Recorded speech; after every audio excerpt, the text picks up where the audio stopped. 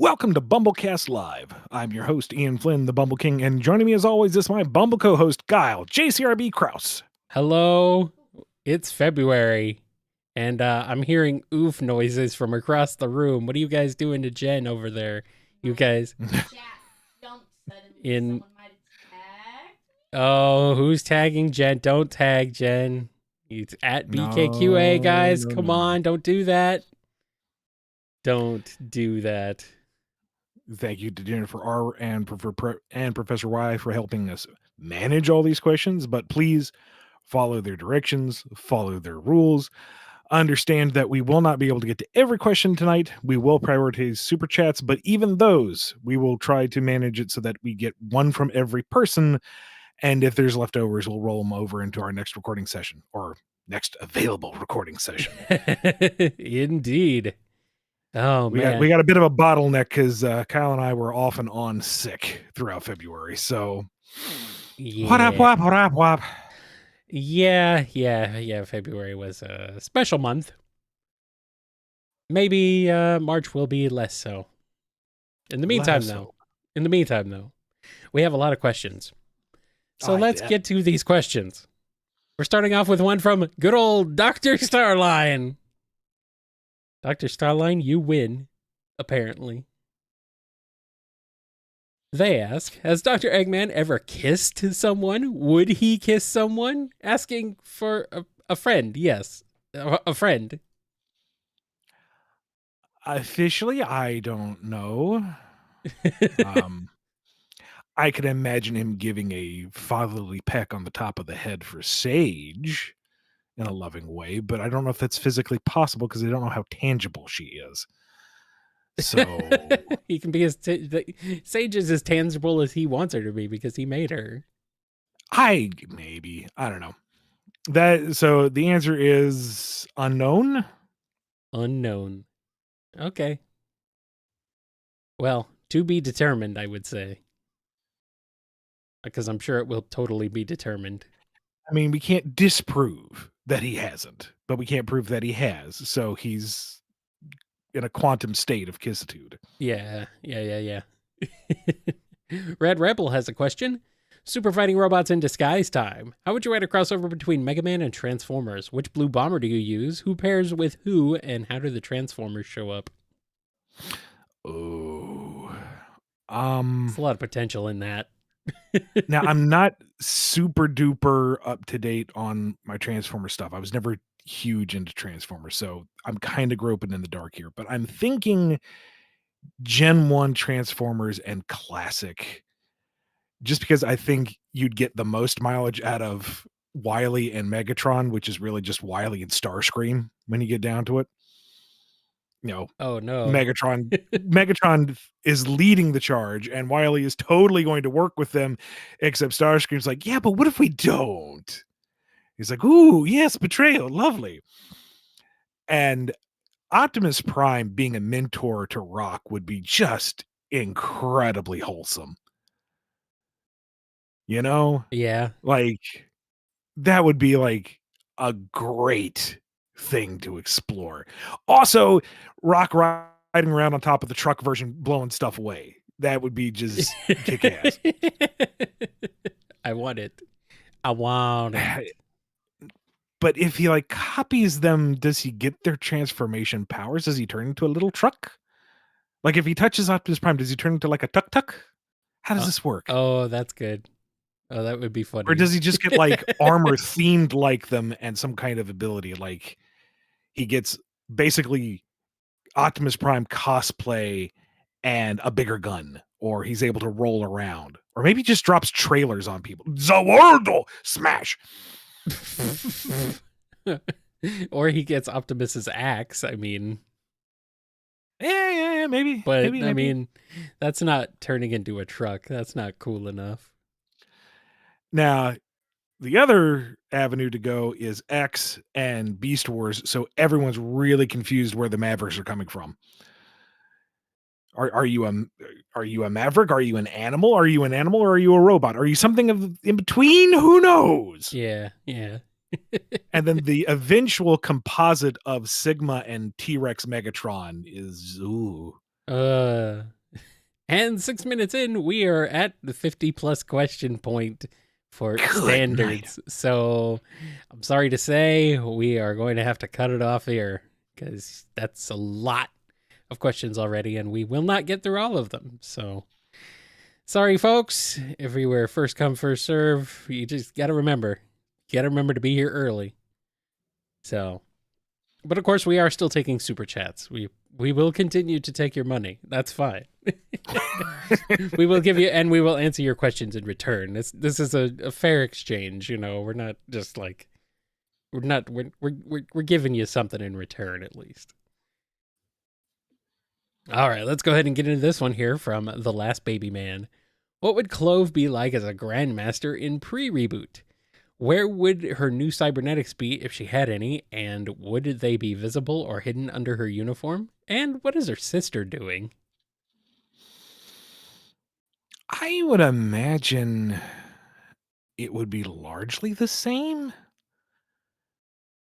The circumstances of Cassie and Clove being in any version of Eggman's army was being victims of circumstance, that they were in a dire position, and he seemed like the good idea at the time. So, like, the nuance might be a little different. Eggman having to sell himself a little harder pre-reboot, but honestly, I don't envision anything particularly different. This probably would be better fielded by Aaliyah because she created them. She might have a better understanding and direction to take it. Yeah. But she's not here right now. You have to deal with me. Sorry. Well, maybe someday get her back on again. Raphael has a question. It's said that Little Planet only appears 1 month a year. Is this still canon? If so, then from CD to Sonic 4 Episode 2 is at least 1 year has passed? I suppose, shrug emoji. How long are years in Sonic's Earth? We know some questions are best left unanswered. we already know the planet's bigger than regular Earth and also has a lot of crap just hovering around it. So, who knows? Who knows? Here's a question from Nazrifer. Hiya, Fang Gang. Yes, the group with 30+ people all obsessed with Fang. Wanted to know if the hooligans have musical talent, because so far I only remember Fang playing piano. When did he play piano? I don't know. I do not know what this is referring to. Oh, Archie, apparently. Well, non-canon. That's vague. Yeah, that's not canon. I'd make a joke about how hard it is doing it with 3 fingers, but he now has 4, so Bark, I think, is more an appreciator, not so much a partaker. Why not? We'll say Fang plays piano until proven otherwise. And Bean is just amazing on the kazoo. And together they are the Who-ligans.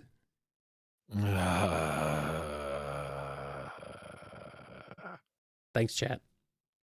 Super Shark Bait has a question. What would be the main plot of the Strangle and Scream miniseries? Tangled Whisper miniseries, Moebius version.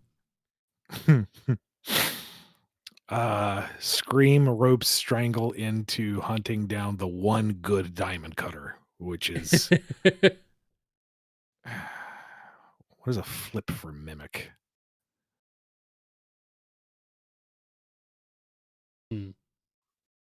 Solid. I mean, why not? We've already got a bit of a theme going on with them, don't we? I guess. Yeah, Solid the octopus. He doesn't transform into anybody. He's just a mime who's very literal. What is this nonsense? It's the BumbleKast. Oh, okay. Ditto? Original? I don't know. Yeah, there he is. Okay, yeah. Okay, so I've been shown Fang playing piano. It happened in Archie. Must have been before your time based on the art style. There's a lot of Archie before my time. Yes, there is. All right. We're going to do one last standard question from Bone Needle. When Egg Memo 10 says the ancients died out within a generation, is he only referring to those on Starfall Islands? Because Memo 11 seems to say their transformation into a new species took eons. The data itself is a bit scattered, and he's having a hard time pinning it down. So, primarily, yes, the majority of the ancients were gone. Okay. All right, let's switch over to some Super Chats questions. This one is from Zach D. Hey, Ian, I know I asked about how a meeting between the Fleetway and IDW cast would go, but I was wondering how the IDW cast would react to Fleetway Supersonic. Horror and disbelief. Dismay, even. Whisper would be like, I knew he had it in him. Now, I'm assuming this is like early Fleetway Supersonic, who was just an absolute menace, and not later Fleetway Supersonic, who I think was trying to get his act together. I am not a Fleetway lore buff. I could be wrong. I am going to say that, yeah, it's the more popular incarnation of Fleetway Supersonic, who's just a real jerk. Old swirly eye McCackleface. Uh-huh. All right. And did you answer that one? Yeah, you did. Close enough. Hero Squad has a question. Been 1 year since I asked questions. That's not true, unless you mean on stream. Time to go full circle. A Sonic Boom plot revolving around buying clothes at the soup store? How does it go? How does it hilariously go, and how do you extend upon it? Soup store? Soup store? Do you buy clothes at the soup? If this is an episode reference or a BumbleKast reference from a year ago, it's an older meme. Like, how old are we talking? Because I'm old. It's an older meme, sir, but it checks out. Does it? I don't know if it checks out. I can't tell. I don't know what it's about. Apparently, this is an anime Code Geass meme. I don't know. God, I don't know, man. Something about soup store. Nova, you go in to buy clothing and the storefront says soup. It's an Englishy thing. It's an abridged thing. Is this Code Geass abridged? Like, is that what it is? Man. I don't know any. Like, wow, amazing. Welcome to the BumbleKast, where we bumble around trying to figure out what you're asking us for 5 minutes. Welcome to the BumbleKast, where we're old. And we're so old, we don't even know what memes that you would consider old are. There's your Boom episode plot. It's somebody makes a joke off of a meme. Nobody gets it. And the rest of the episode is them blundering around trying to research where it actually comes from. Eggman swoops in, trying to attack the town, but everyone's distracted trying to research this meme. He feels upset because nobody's looking at him. So he decides to figure it out himself. And then he falls down the rabbit hole. Finally, they find the origin of the meme. They get the explanation. They all go, oh, it wasn't even that funny to begin with. Roll credits. There you go. Perfect. Vixers has a question. Alduin has arrived in Sonic's world. Whisper is now a Dragonborn. Tangle has the Wabbajack, and Lanolin the Ebony Blade. How do the cast react? What chaos ensues? Can Whisper shout? And why is Tangle still holding the Wabbajack? There's something called a Wabbajack? I do not know. Okay, yeah, apparently. Is Elmer Fudd christening weapons now? Yeah, this is a Skyrim reference. Kill the dragon, kill the dragon. Be very, very quiet. I'm wielding a Wabbajack. Voice Woga! Yeah. Looney Tunes do Skyrim win. Apparently, the Wabbajack is a staff that turns people into random things. You know what? I like it. Yeah. I mean that name makes sense now. A random polymorph staff called a Wappajack. No, I dig it. Yeah. I am on board with this. Have you figured out I know nothing about Skyrim outside of their screaming at dragons? Yes. And possibly arrows taken to the knee. And they're also dragons, but they're also like part dragon.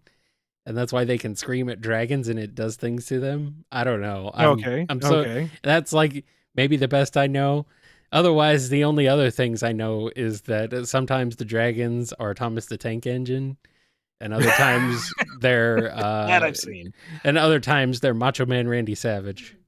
That I have not seen. That one is great. I have to look that up. The Macho Man dragon mod for Skyrim is pretty glorious. It replaces all of the dragon screams with Macho Man quotes. Cup of coffee. Oh yeah.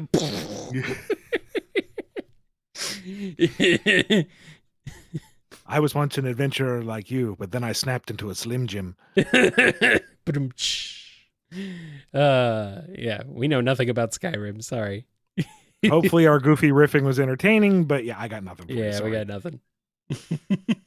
Man, we're off to such a great start tonight. Yeah, we're doing great. Yeah, this is fantastic. We know nothing about anything, Ian. We're just here.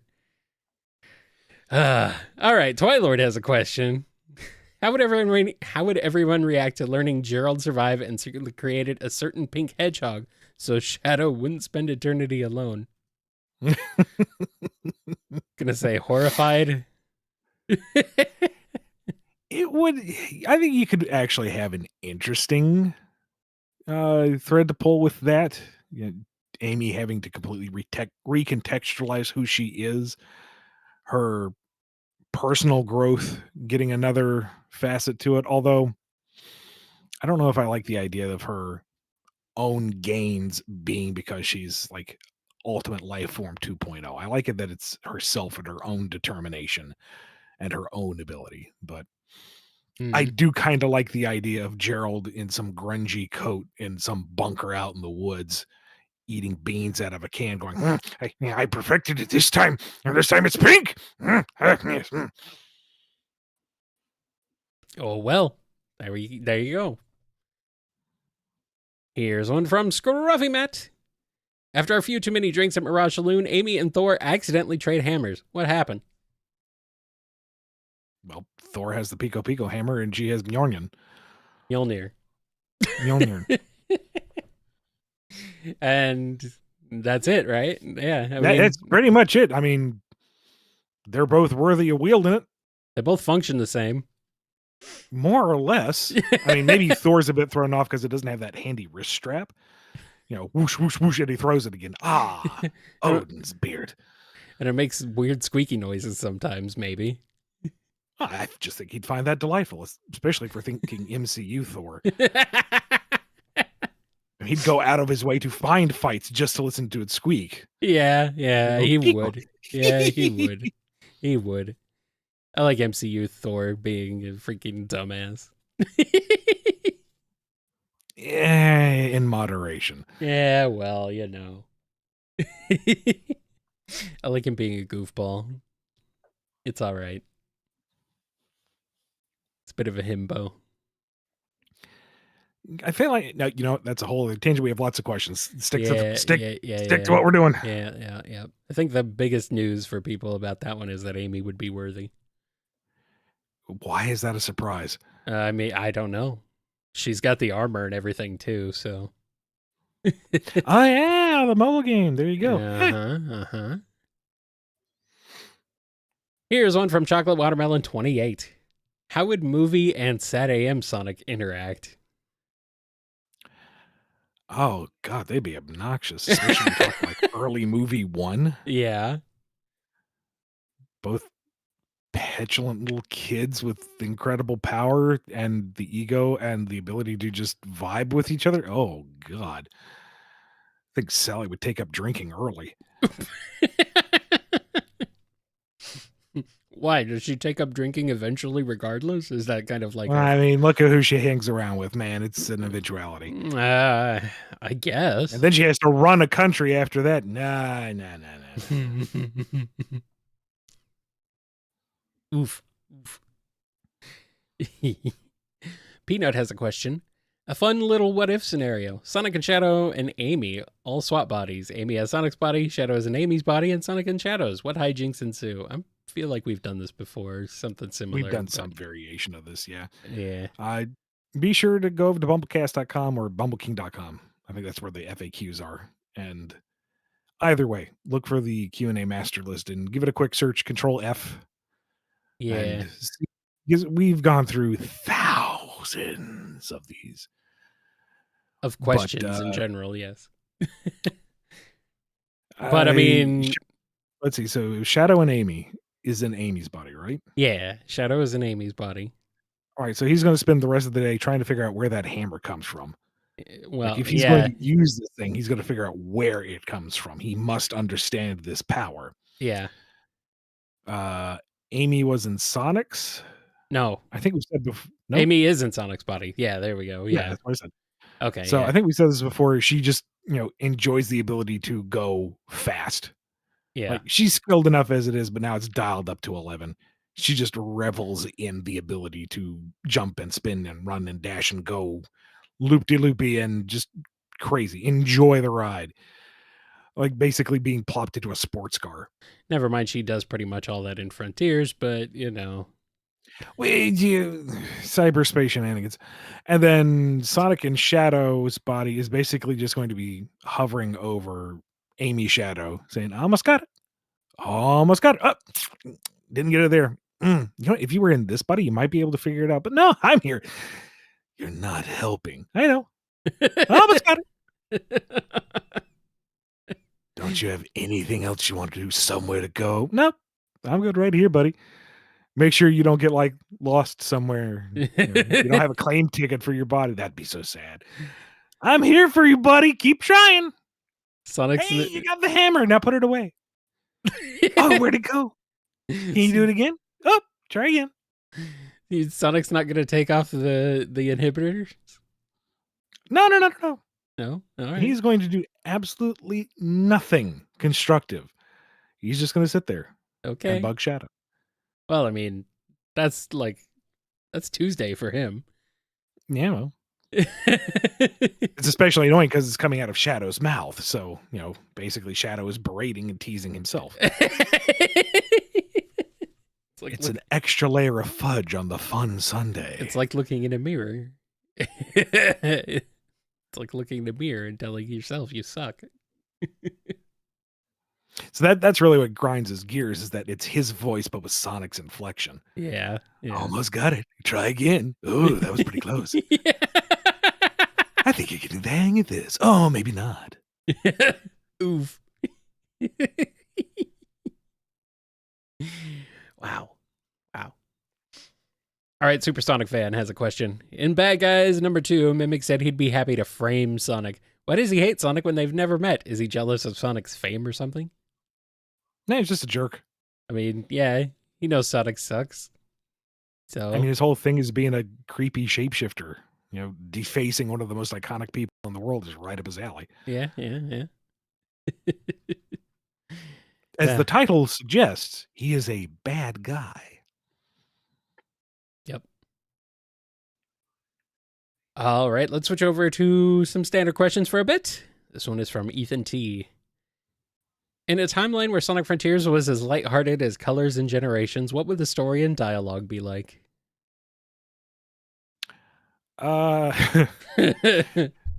Story is the exact same. It's just everyone isn't taking any of it seriously. Mm-hmm. Sonic finds Knuckles trapped within the cyber cage and just rattles it like a snow globe. Yeah. Maybe not touch upon the mass murder of the ancients. That's kind of hard to turn into a punchline. Probably isn't morally correct to do that either, come to think of it.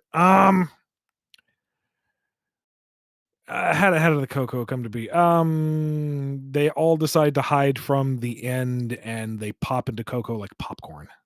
There you go. Sure, we'll go with that. Yeah, yeah. And Sage remains absolutely the same. She's just the straight foil to all the other nonsense. Maybe more overtly frustrated with it, Yeah. but otherwise the same. Highly annoyed with Sonic, even more so than normal. Also, Ares Island is made out of cake. Cake. I like cake. All right, let's get into this one here. This one's from Aggressively Mediocre. Hello, Ian and Kyle. If you were tasked with doing writing for remakes from SA1 to Unleashed, how would you approach Amy's characterization? Keep it as it was or match the current direction? Got to think of that entire era of games rebuilt from the ground up with a singular vision in mind. The mind boggles. Yeah. Crazy. Man, how many titles is that? It's SA1, SA2, Heroes, Unleashed. Unleashed predates Rush, right? Or was it concurrent? Rush was before. Rush was before? Okay. Yeah, Rush is like 2006, right? Yeah, all right. Yeah. Wow. And And the then Riders games. yeah, and then Unleashed was And the 2008. and wow, that's a lot of material to go through. It's kind of hard to say because I really like the arc she has in SA1 to SA2. Finding herself in SA1 and finding that determination and then just really leaning into it in SA2. Yeah. So it is a bit of a question of where does it go from there without just retreading the same ground. And I don't necessarily know off the top of my head. Because this also assumes that it would have to fit in with what comes after Unleashed. Yeah.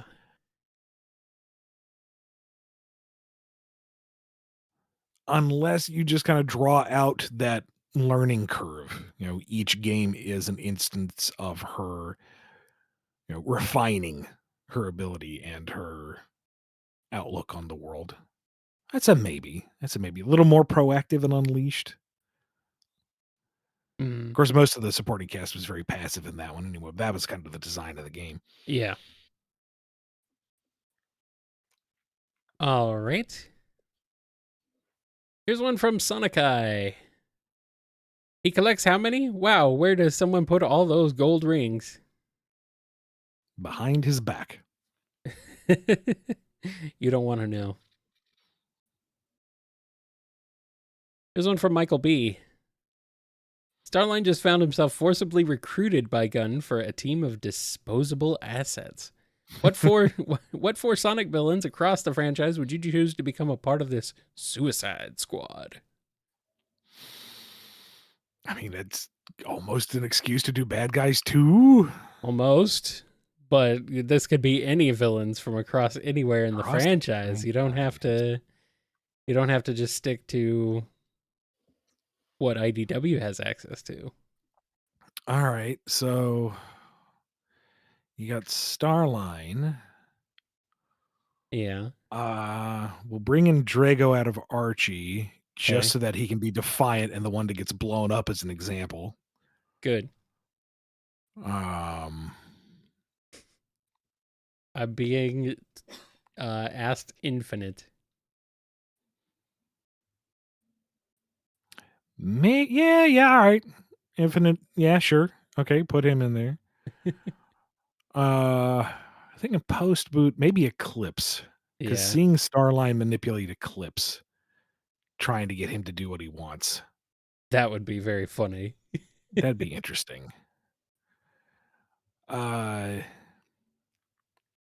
Chat, quick, who's a good one from Fleetway? Supersonic's too OP. I don't want to do anything bad to Captain Plunder. And the Marxio brothers are like a unit. You can't just pick one out of them. Who's a good Grimer, maybe? Grimer, maybe, or Brutus is what I'm. Brutus? Yeah, all right, Brutus. Because he is like not going to take orders from anyone, but now he has to, and that's fun. And then the, oddball one out, because Drago doesn't count because we blew him up first thing. We're going to bring in Wes Weasley. Okay. That was one that was people were suggesting. Otherwise, Pseudo Sonic was another one thrown out here, which might be a goofy one. Maybe, but Wes brings a little bit of spice, baby. Yeah. Otherwise, Qbot. Try to sell things to them while they're on their missions. Yeah. Otherwise, Qbot was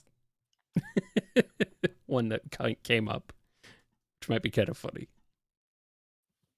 Hey, that pally, we're about to get blown up. Can I interest you in a life insurance policy? Hey. Convenient. All right. Let's move on to this one here from Michael B. Oh, nope, we just did that one. Sorry. This one is from Pedanticat. Is Mimic able to shapeshift himself into a chimera-like monster in which he has different body parts from various characters? And would you want to do any tame body horror with his powers? I don't want to be too definitive on this because I don't want to like undercut anybody else who utilizes him. But when I was conceptualizing him initially, the answer would be no. I didn't want him to be too overpowered with his shape-shifting ability because then he just becomes like a full-on omnimorph. And then it's a question of why doesn't he turn himself into a key to unlock a door? Why doesn't he turn himself into a puddle to escape a room? It becomes too easy. So he has a limitation to just one cohesive form within a physical range. So it's not like he can shrink down to the size of a flicky and flutter out the door. And he can't turn into like an apatosaurus and just stomp on somebody. He has to be within certain extremes. So like as big as Eggman and as small as I don't know, Charmy, maybe we'll say. Yeah. So what you're saying is he can't do like Gaia in a Secret Invasion and all of a sudden have like a beefy arm out of nowhere, right? No. He would have to turn into someone who was beefy in general, and even then, it would be more of a cosmetic transformation. Like if he turns into Sonic, he might be quick on his feet and he's limber, but he's not going to be able to do what Sonic can do. Yeah. Like if he turned into Charmy, it's debatable if he'd be able to fly very well. Yeah. That sort of thing. Yeah. All right. This next question is from Normal Person. BT7274 is now part of the Diamond Cutters. Yes, that includes Duo. So how will this team up go? Who? BT7274? Who? I thought you know. I figured you would know. Hold on. This is the Titanfall, the main Titan from Titanfall. Oh, right. I have already forgotten what we did to research those questions. For some reason, I was thinking it was Star Wars. I was thinking it was the droid from Rogue One.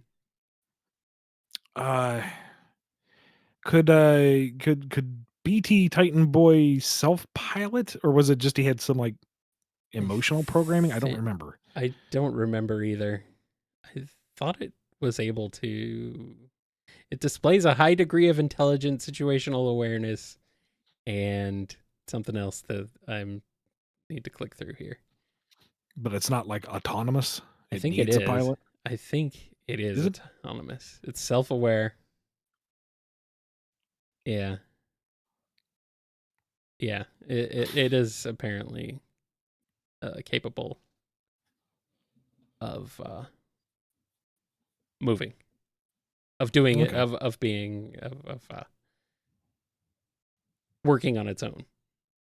All right. Well, Duo makes a miscalculation and thinks that he can just straight up control it willy-nilly, reveals himself as Mimic. BT seals the hatch shut until the other Diamond Cutters come up and arrest him.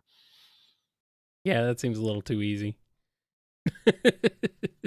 Or if BT's particularly cutthroat, he vents all the oxygen from said sealed cockpit. I don't know how ruthless our big boy is. Yeah, whatever. Murder's fine. It's a villain, I mean. Kill him. All right, let's switch over to some super chats. This one is from OzJam. For the funniest, all of the Frontiers bosses, but they act like Undertale / Deltarune characters, like Giganto as Papyrus or The End, but as Spampton. The End as Spampton. Oh no. God, Papyrus is Giganto. I shoot lasers out of my back. That's the attack. Who is Wyvern? Trying to think. Oh my god. Is it Undyne? With all the freaking lances and stuff shooting at you? Yeah, sure. Why not? Yeah, that's a cool. No. Undyne should be Knight. Oh, fully armored with the weaponry. The one that you actually kind of take seriously. True. I don't know. Give Wyvern like Asgore or Toriel. They had bullet spam with the fire, kind of. And it, instead of throwing a bunch of missiles down its gullet, you just throw some butterscotch pie and it pacifies the thing. Delicious. God, Spampton as the end. I mean, it fits. The moon comes down, and then you just realize that's one lens out of the two. The square moon comes down next to it. Mm-hmm. Who is what's the fourth boss? The one that's before the Supreme. End. Supreme. That's Everybody right. forgets Supreme. Is that Sans? No, come on. That's an insult to Sans. Maybe it's Dummy. Or Flowey. You just beat up on it. Nah, not even that. God, Spamped in the end. When the moon hits your eye, you're all gonna die. That's homicide.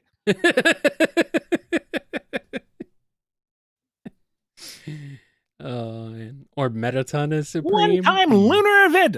Total eclipse of the heart.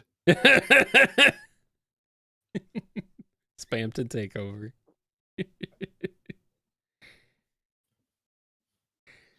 All right. On to the next one from Godzilla. In the Sonic Cookbook, Silver reveals that in the future, coleslaw is put on chili dogs. I must know, how is coleslaw still a thing in the future? How did it survive? Is mayo stronger than Iblis?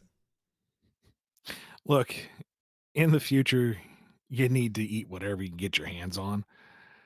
And nobody would normally eat coleslaw anyway, so there's that nasty preserved stuff all over the place.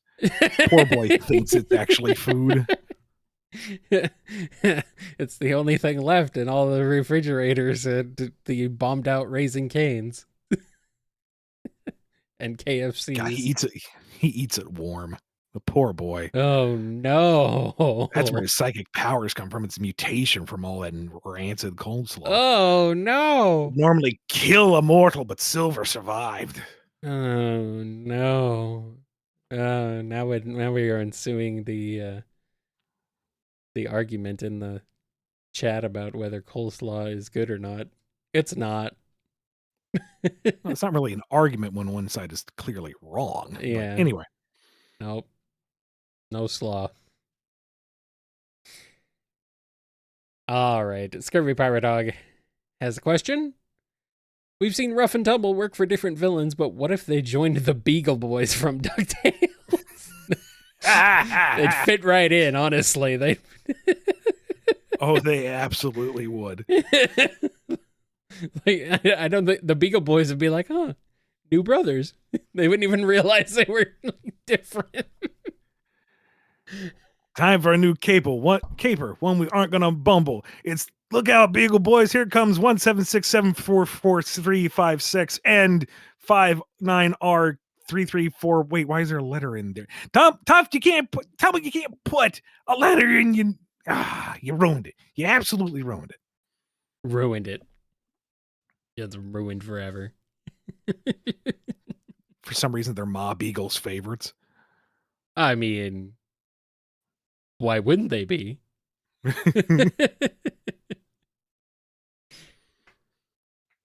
Frost K9 has a question. Cursed question. Well, I mean, that's nothing new for this show. But if Sonic, Surge, and Scourge were shrunken down to be put inside a hamster cage and owned by a human child, how do they initially feel, and who makes the escape plans first? Oh, this happened in an early issue of Archie, pretty much. Although it wasn't a child, it was a weird space collector alien robot guy. But, you know, wait, same was that difference. Karheem? Karheem of Wheat, yes. Yeah. Karheem of Wheat. Small aside, little backstory stuff. When we did the Great Harmony and brought together all the Chaos Emeralds, and I pitched that some of them came from wheat. I remember my editor just busting out laughing, thinking I was making a joke. I mean, you like, were. No. It's an intentional deep cut. We're actually legitimizing this within the lore. And he's like, "You're a madman." Yes, you are, and he's not wrong. But thank you. Anyway, for all our wheat fans out there, of which there are many, by which I mean one, me. Cut down one stalk, two grow in its place. Hail wheat. Can I get a wheat? Anyway, wheat. Back to our bizarre Hamtaro crossover.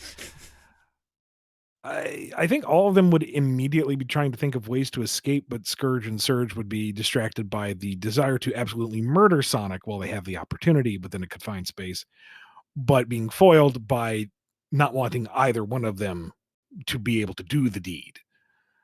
They call dibs at the same time. So they're busy fighting each other over in like the pile of newspaper clippings. And Sonic just quietly kind of makes his way out and goes about his merry way. Well, there you go. All right. And this one is from Magic Love. Out of the Sonic cast, which of the characters would you choose to be Hyrule's champions? I mean, just about any of them. I mean, I guess none of them individually can quite cover all the bases Link does. Because the whole thing about Link is he is the embodiment of the virtues of the Triforce. He has the wisdom to solve the puzzles, he has the power to overcome the monsters, and he has the courage to go into those dungeons and do those things.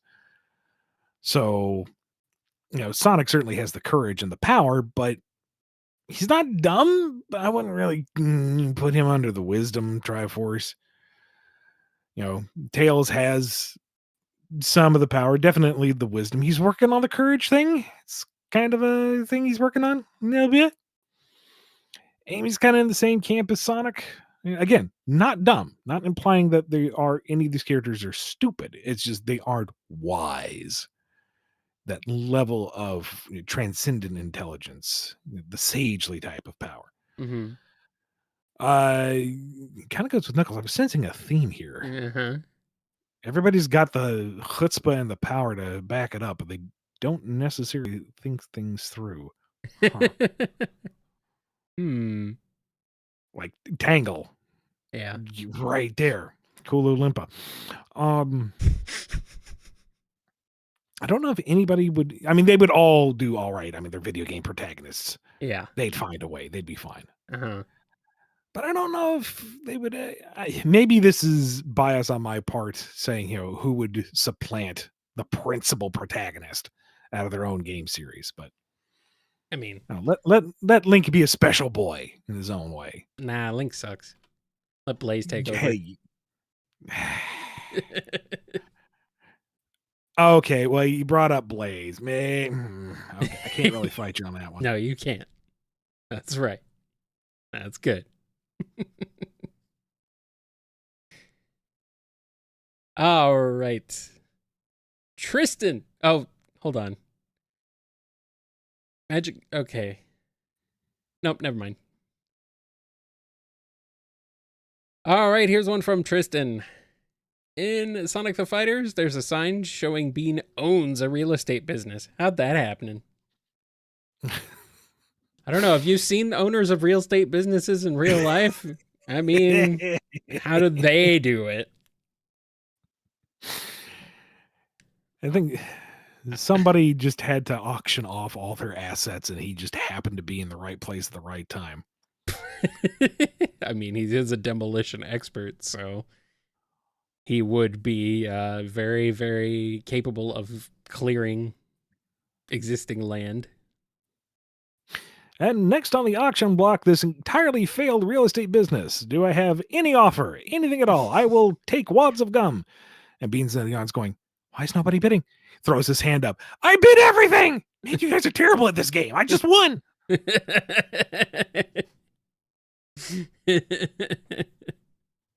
He did it. He did it.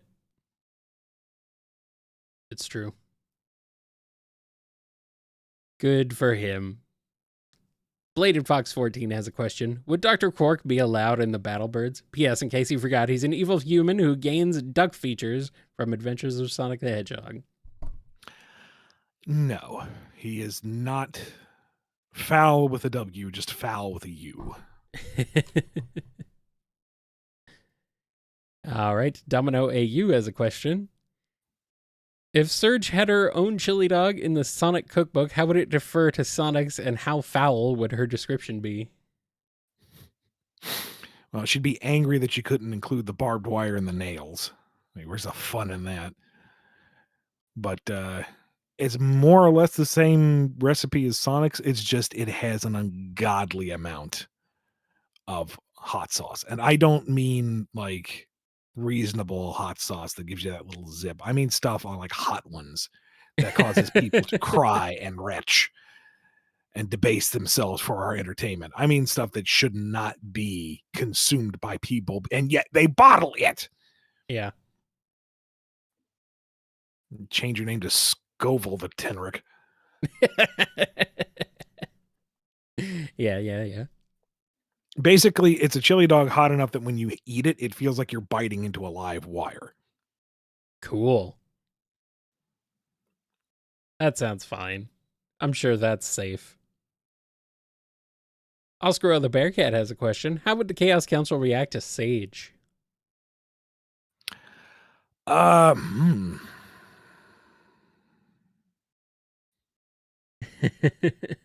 question. Let's see. Babel would want to play with her and be angry that they aren't on the same level, cognitively, emotionally, chronologically. God, I can never keep their names straight. Teen one would want to know what her gamer score is and otherwise not care. Mm-hmm. Midlife crisis one would refuse to acknowledge that he has a child. He's too young for this. He has his life ahead of him. Mr. Doctor's like, that's not mine. I don't know who it is. I don't owe money to anybody. Get out of here, kid. Here's $50. And the old one is like, did we hire you? Who's the intern? What? Related? I don't remember you. Let me get the photo album. Where did we put the photo up? No, the physical one. Why is everything digital with you people these days? The girl's digital? What, we can't have analog children these days? I like it. I don't know why that's so funny. What does Sage think about them? Oh, she much prefers her own father. I was gonna say, she's like, you none of you are my real father. All of you combined would maybe be a fraction of my father. And she's not wrong. She's not wrong. All right, Jedi Pony has a question. Sonic versus Chaos Elphalus. Who wins the battle? Who is Chaos Elphalus? Why are you guys throwing things at us that I've never heard of? Chaos Elphalus. Is it Chaos hyphen Elphalus? No, it's Chaos Elphalus. Oh, from Kirby. Oh, the final boss from Kirby and the Forgotten Land. Okay. Oh.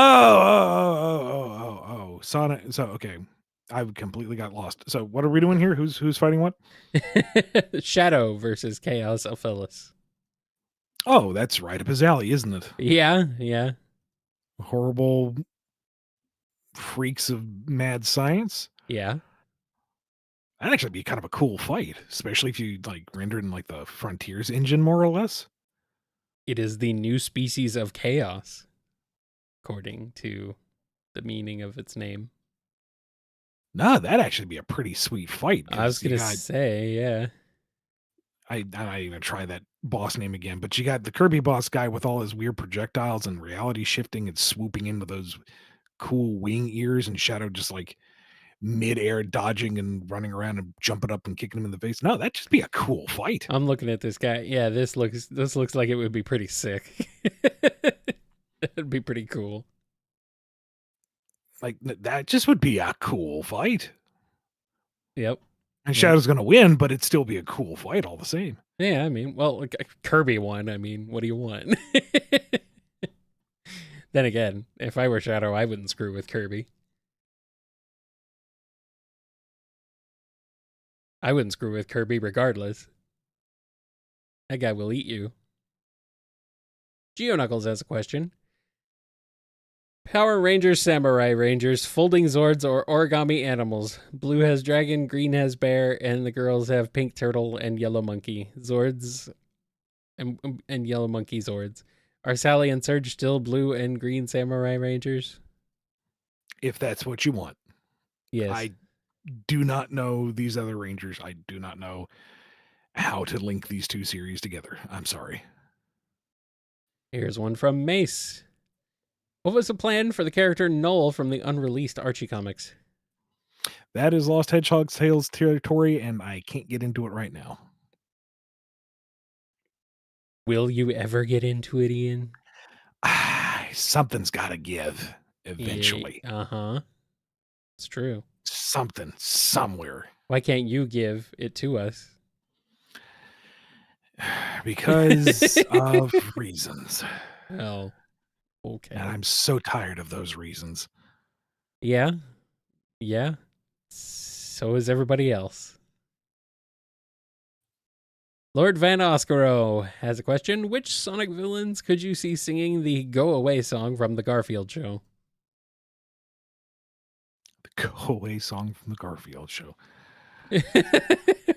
I don't know this particular song, but I think I can glean what its core message is. Shadow. Mm-hmm. But he's not a villain. Don't take that away from him. Shadow needs something. Don't take that away from him. Not like he's got anything else. Boom Eggman more than anything, I'm sure. Yeah. Surge with a headache when she just can't be bothered to murder you. Starline because he's just built on show tunes. I think that's been established now. Yeah. No doubt Maybe about surprisingly operatic version by Zavok, just because he can. Mm-hmm.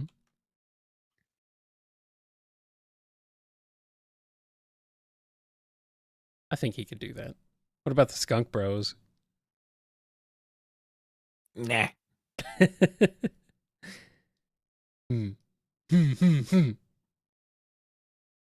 Medium Muncher 69 has a question. Nice. Does Triple Trouble take place before or after 3 and Knuckles? Once again, not establishing any of the canonical timeline because people will find a way to piece it together bit by bit. The answer is yes. Hearts 13 has a question. Scourge the Hedgehog is played by the legendary Alex Brightman, Broadway actor for Beetlejuice. How well between 5 to Hail to the King, baby, is his performance? I'm not familiar with his performance, but you seem to be a fan of him, so I'm going to say he's excellent. I mean, if he can handle being Beetlejuice, Michael Keaton's a hard act to follow with Beetlejuice. So Michael Keaton's a hard act to follow. Period. I mean, yeah, when you're right, you're right. It's a good point. Yeah. All right, Steven has a question. How would each of the Diamond Cutters react if they met a super fan of theirs? The classic or the current Diamond Cutters? Like, classic, I think, would be impressed that anybody even knew who they were. Like, their cover's been blown. Like, we have fans now. Slinger, did you put us up to this? Hey, we're pretty good. Modern, I feel like we've touched on this one in the past. I'm being clarified as current Diamond Cutters. Okay, well, yeah, I know we've touched on this before. Yeah, we have. Dangle would be like super touched and impressed and love it. Whisper would withdraw. She doesn't like that kind of attention. Landland would be like, why? Ooh. But okay, maybe she can lead by example. So she's got to put on a good performance here and be supportive and a positive interaction. We can't have anybody besmirching the name of the team. Mm-hmm. And Duo was just so happy that he's part of the team and, likes being around. And thanks for your acknowledgement. And do you mind like removing that warning tape over by that cliff where Lanolyn's standing? No reason, just as a fun prank. It's just a prank, bro. Just a prank. Is it just those 4? I mean, the Surge and Kit are under like an interim period. Somebody's a fan of Surge and or Kit. Somebody out there is. Some weirdo. I mean, in universe, not like not in real life. I am the weirdo who is a fan of Surge and Kit in real life, among many other people. I'm with you. I see you. I see you, folks. I see you, Surge and Kit stands. I acknowledge you. JCR1216 has a question. The IDW cast sees me. JCR1216 enjoys a meal made from Chaos Emeralds turned into lemonade, whispers wisps, and the Master Emerald cake. Reactions? I'm sorry, I lost the thread on that entirely. What is being asked? Apparently, a meal made of Chaos Emeralds turned into lemonade, whispers wisps, and Master Emerald cake. I'm assuming this is like foods that resemble said wisps, or Whisper's companions are now or the actual get on a platter, or the actual wisps. Are they eating the wisps? No, don't eat the wisps. No, I wouldn't eat the wisps if I were you. You don't know where they've been, and Whisper will be very mad. So don't eat the wisp. But I mean, if you want to use the Chaos Emeralds as ice cubes for your lemonade, I guess that's fine.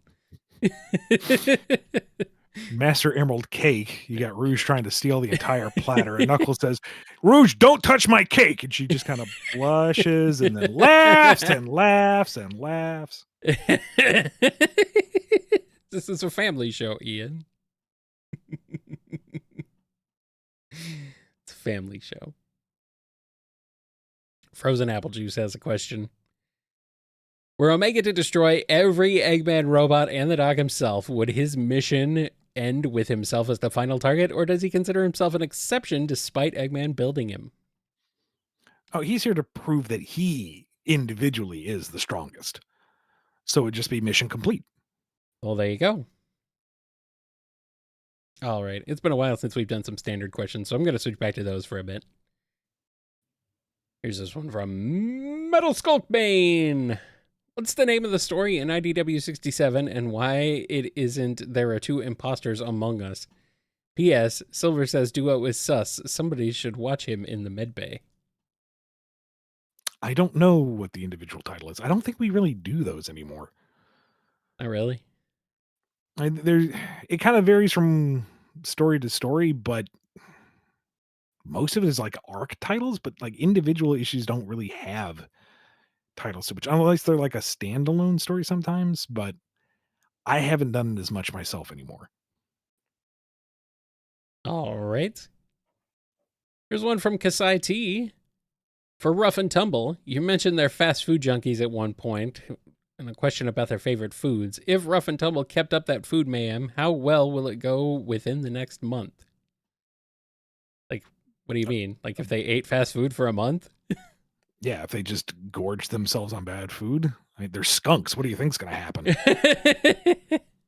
That much fat and sugar and grease putting into your system, it's going to be a bad time for anyone within at least a 20-mile radius. Stinky. Breathe through your mouth, people. Then you get that weird funky taste. No, I don't want to taste the air. Luna Star has a question. Let's say I decide to take Fang the Hunter on a date. Would it go terribly or actually decent? No matter the outcome, I still love him. He's my favorite. I'm so glad he's your favorite. He's a terrible date. And a terrible person. He loves himself. That's all there is to it. Yeah. Like he will leave you at the table to handle the check while also taking your leftovers. And dessert. You don't even get to finish the meal. It sounds like this is kind of what Luna wants. Like this is exactly. If it makes you happy. Like this is exactly how she'd want it to go. I'm not gonna question it at all if it makes you happy. Yeah. All right. And Tails has a question. In a scenario where Cosmo survived, I'd imagine he'd lived with Tails and transform his lawn into a lavish garden. Beyond this, do you imagine her accompanying Tails and Sonic on their travels? Yeah, maybe. It's kind of hard to say with Cosmo because she didn't seem like the adventuring type, but she was happy to help. Yeah. So maybe she wouldn't necessarily volunteer first thing. You know, Sonic shows up and says, "Hey, Tails, the giant fire monster's eating everything. You want to go have fun?" Mm-hmm. And she may be like, "You know what? I want to stay here and make sure nothing catches on fire. You boys do your thing." Then if they're like, we need a plant person. Can you help us? Mm-hmm. Yeah. Mm-hmm. Yeah. Mm-hmm. Yeah. Let me see if my sister's busy. Okay. All right. Uncle Beanus has a question. Do you think Sonic has his own chewing gum brand in universe? Is Sonichu canon? No. Why did you make me say these words? Why did you do this to me? Please don't. You know please, what? nobody look that up. Don't look that up. Tip of the hat. Well played. Well played. No, he doesn't. Why do people put these words in my mouth? I can't read these ahead of time, so don't look that up. Nobody look that up. Bunny Bell 3 has a question. What is Vanilla's favorite genre of music, and would Vector be a fan of it too?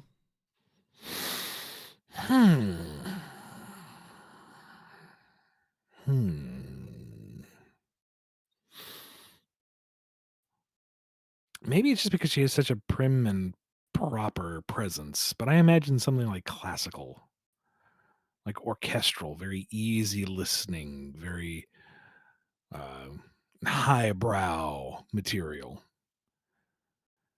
And Vector can get behind that, sure. You know, as long as it's got a beat that could be added to it. It's not jazzy. You like jazz? I feel like Vector would enjoy some jazz. You know, he's got that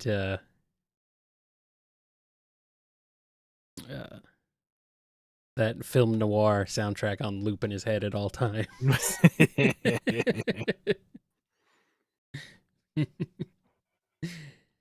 All right, here's one from Michael.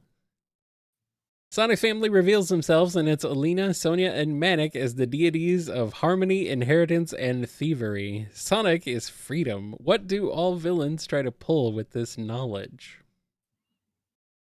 That they're demigods? I guess. I mean, it was bad enough when they thought they were mortal. Here they are, raising resistance just through the power of music. There's why Sonic keeps coming back. And now they're gods? Some of them might just give up. Sleet and Dingo are just like, we're not getting paid enough for this. We're out. Mm-hmm. Oh, I guess in Dingo's case, he would just convert and be like the head of Sonia's church. Okay. Apparently, Sonia is queen of or goddess of inheritance. Why? Because she got adopted so that she technically came from money? I guess. I don't know. Please, let's not start the Sonic religion. We don't need that. All right, Barstick Animated has a question. What's your opinion on Nuxang, a Knuckles and Fang ship? I love the dynamic potential they have and how they'd affect each other. I do not endorse any ships, but if that makes you happy, go for it. Sail off into that sunset, you glorious so-and-so. I guess there's potential there. I don't know. DDR Master M has a question. Time to ship monsters, Perfect Chaos, and Solaris. How would it work? I mean, it'd boil over pretty quickly. Yeah,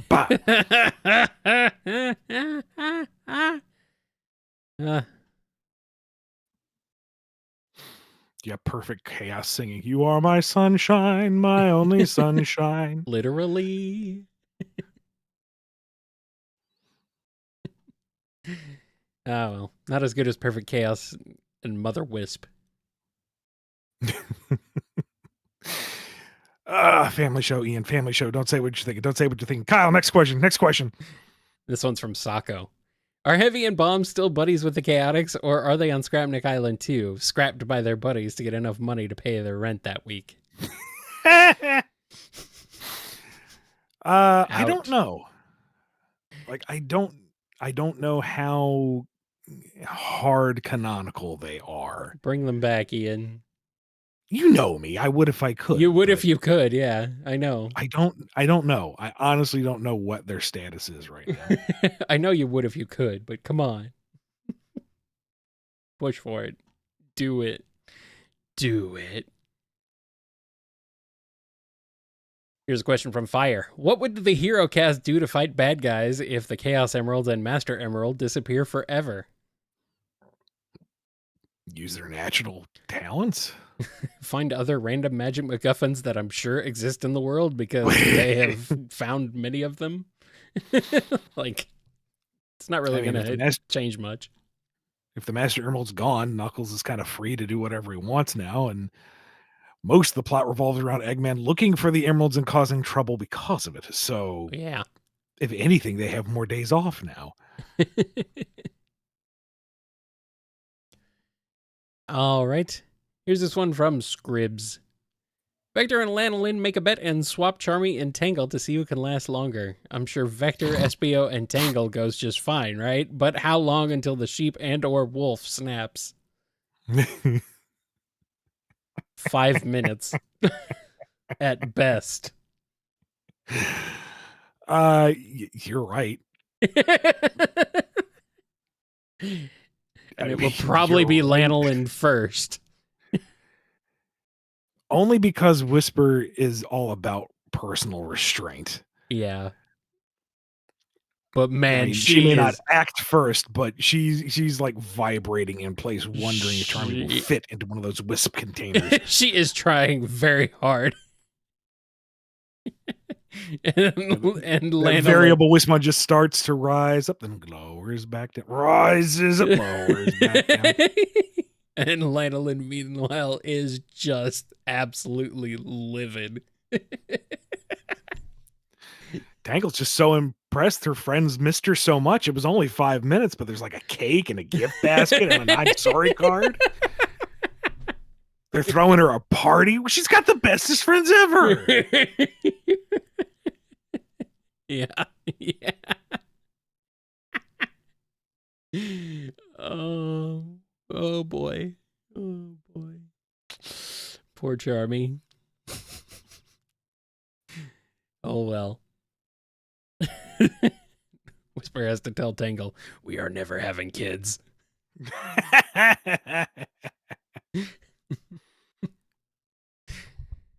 Tangle's like, what? What are you talking about?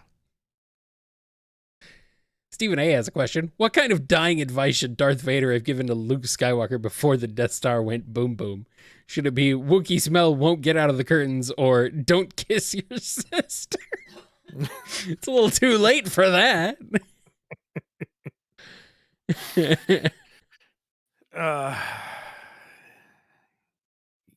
Maybe the Wookiee curtain thing, because he's sensitive with the Force. He already got into his head and was like, sister, you did what with sister? No, Luke, you might as well come out of the shadows. You're already on the dark side. Oh no. Palpatine's like, I don't know if I want that kind of creepy thing in my Death Star. You know what? Never mind. Even I'm not that evil. I mean, Luke didn't know, to be fair. No. That's fun of the joke. Though. I know. Yeah, it's what happens when you write movies by the seat of your pants and don't think things through until later. Oh well. DDR Master M has a question. Ship time, President and Commander. How goes it? So what is it? The President from Shadow and Commander Tower or whatever you wanted to call him. Commander Garden. Again, I don't endorse any ships, but for a crack ship, that one seems to hold water, and I don't know why. Why? I mean, the commander's supportive, and clearly the serious one of the two of them. Yeah, but the president is the emotional support one. So, all right. I mean, if that's what you want to do, there's your Sonic edition of West Wing. I mean, the president seems to have eyes for Sonic and Shadow, though, based on the picture on his desk. Oh, maybe that's where the romantic tension comes from. Yeah, maybe. Oh, no. That's why he likes the commander. He's got one blue eye and one yellow eye. No! Makes him think of the hedgehogs. Oy. No wonder Tower tried to run him over with a truck. Oh, no. Oh, no. Oh, no. Once you're out of the way, he'll only have eyes for me. Yeah.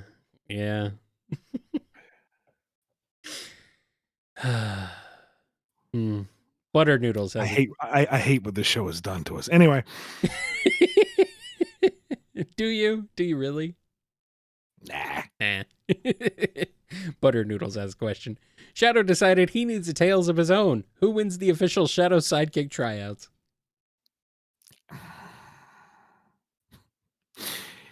Well, he needs someone who is level-headed, tech-savvy, generally more intelligent, and can fly. So that's Rouge.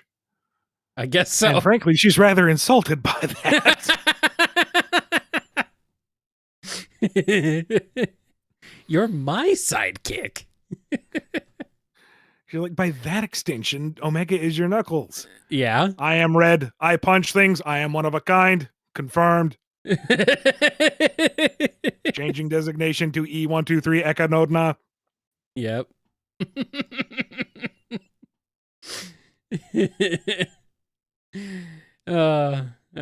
Pretty much. All right, here's one from Dragonclaw. Random question that has nothing to do with anything involving this stream. Who'd win in a fight, Florida Man or Australia Man? Australia Man? I'm not familiar with the meme-tastic Australia. Florida Man, I know. Yes. I'm assuming Australia Man is Australia Man vein, is just a crazy. I think Australia Man is a crazy guy who, like, you know, it's crocodile hunter basically. Hard to say because Florida Man comes from a much more condensed region. Yeah. But Australia Man deals with far more dangerous local fauna. Yeah. Jennifer says she would win.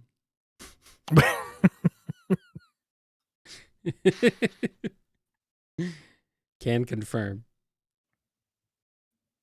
Arizona woman. There we go. Bug has a question. It's time for another storybook adventure set in the fictional world of Toronto, Canada. It's Sonic and the Seven Evil X's, aka Sonic and Scott Pilgrim. Toronto is fictional. Does not exist. Oh yeah, mythical land. Mythical. Yeah. Way back in the day, I opened myself up for like small commissions for writing, and somebody basically commissioned that scenario, a Sonic versus the world type of thing. Mm-hmm. I can't remember who the evil X's were.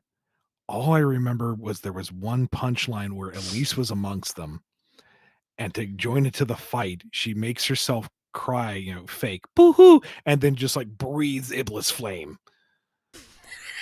Is it Sonic's evil X's? Yeah, that was the whole thing. Evil X's. And among them was Elise was like boo-hoo. I just remember that cracked me up really bad. I was like, I don't care if I'm writing this. This is funny. Are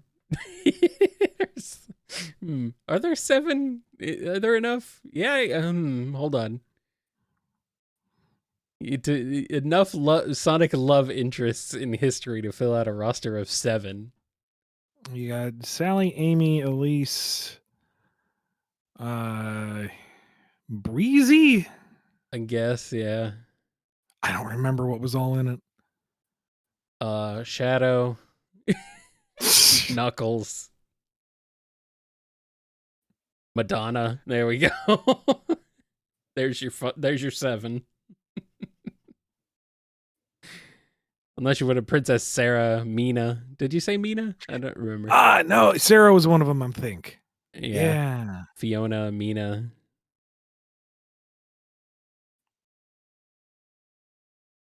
Law from the Werehog short, apparently.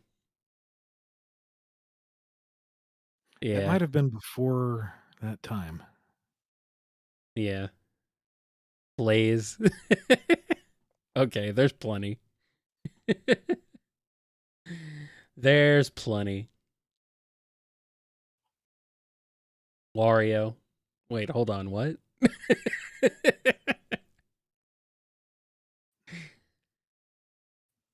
All right, here's one from Disco Draws. On a nice day when everything's peaceful and Sonic and friends hear a really catchy song in the air, something like na na na na na na na na. Oh, okay, I see. I did na na na na na na na na na na na na na. How would the gang handle being rolled up with "Love" by a Katamari? I had no idea where you were going with this. Once it said, yeah, I had to read ahead. Like, what song are they getting at here? And then I read ahead, and I'm like, oh, okay, yes, I got it. I gotcha. That'd be absolutely terrifying, running from a giant ball that it's just gathering up everything. Sonic's the last thing fast enough to outpace this formerly checker patterned thing, now covered with various skyscrapers and characters and loop-de-loops and iconic geography, until finally it's just large enough that its radius exceeds how far he can actually run, and he is caught And once he joins this miraculous star to be, it just turns into one gigantic luminous spin dash. Perfect. I like it. Sonic Mania 2099 has a question. Boy, so many questions in my head. Anyways, does Sega plan on adding other media characters into the game lore? I tried to ask Katie on Twitter, but by this time I have yet to get an answer from her. Probably not, because we can't really talk about what Sega's plans are for anything long term. Like, if, for example, the Freedom Fighters were finally going to be brought back out of the vault, that's not something I would announce here. That would go through proper channels and would be, something. That's not a hashtag knowing smile. That is just purely by example. So don't ask official folks to reveal stuff that they wouldn't be able to reveal. Yeah, there's a reason why Katie is not answered. Because she can't. John Little has a question. If true love blossomed between Tangle and Blaze, how would Tangle take Palace life in the Soul Dimension? Not well. Probably not, no. Decorum really isn't her thing. Putting her in a confined space for an extended period of time, not wise. I think they would mutually agree that it's time for her to, join Marine on some grand seafaring adventure. Well, there you go. Doomed Gundam has a question. Ian, do you think you'd be able to piece together Game Mario lore if requested by Nintendo, or do you prefer making lore for the movie Mario universe with a comic book-like extended universe? Oh, I would much rather use the movie as a foundation and build from there. Well, have its interpretation already did a lot of condensing, and you could just build off of that and cherry pick what you want and then make it fit what the movie established. That would be way easier. Yeah. The game lore is yeah, it's a bit messy by design. It's intentional, but yeah. Windows 7 has a question. Wow, bringing that one out of the mothballs. Running with the Bulls, built by Eggman, they have turbos. Turbulls. How do Sonic, Surge, Jet, Vector, Eggman, Rough and Tumble, and Dr. Sonic... That's a lot of names. Yeah, again, we've kind of lost the thread here. What is the question? Running with the Bulls. How would those characters handle running with the Bulls? And are we talking real bulls or are these mecha bulls? Robot mecha bulls. They have turbo. They have turbos because they're turbulls. Yes, gotcha. They're in trouble, I would say. Right. Mm-hmm. So Sonic is going to outpace them, realize that's boring, double back, and then jump between them and use it as an active minefield / obstacle course. Yeah. He's having fun. Starline is immediately sent to his next isekai adventure. Rough and Tumble do an amazing job of dodging near death repeatedly, but that's a lot of bull to get through. So it's an extended gag sequence. Yeah. And Surge, more or less the same as Sonic until she actually gets clipped, gets angry, and then just goes on the warpath and destroys them. I was gonna say zap them all, yeah.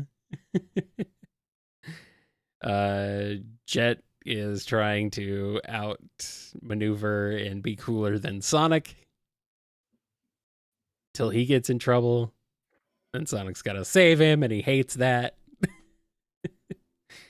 I mean, Eggman's just floating above them in his car thingy. Like, why would he, in his Eggmobile, why would he be down there? Silly. And Vector, he's very flat by the end of it. Nah, he hops on like one of the first row and he just rides it off. Or that. Yeah, that works too. I was gonna say, I was just thinking of, He's like, wow, you're so competent and brave, Vector. He's like, I don't know how to get off this thing. I was just thinking about how crocodiles are so flat sometimes. They'll be flat. All right, here's one from System 509. What does Cream do for Vanilla on Mother's Day?